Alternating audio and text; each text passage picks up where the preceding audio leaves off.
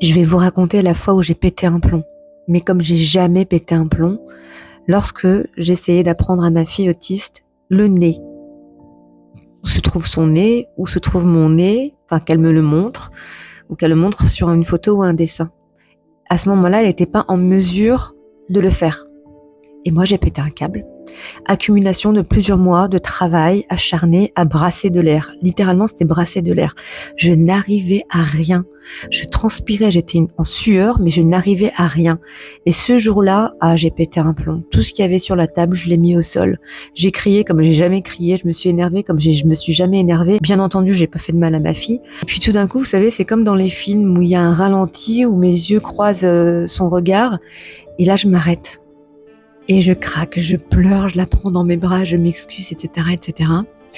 Et je me suis dit, c'est pas possible de continuer comme ça, je peux pas, il n'y a pas de pro, mais je peux tout de même faire quelque chose. Et j'ai découvert les formations.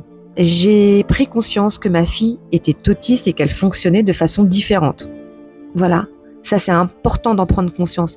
Et que forcément, il faut qu'on leur apprenne de la manière dont ils comprennent. Ça veut pas dire qu'ils sont bêtes, c'est juste trouver la bonne clé.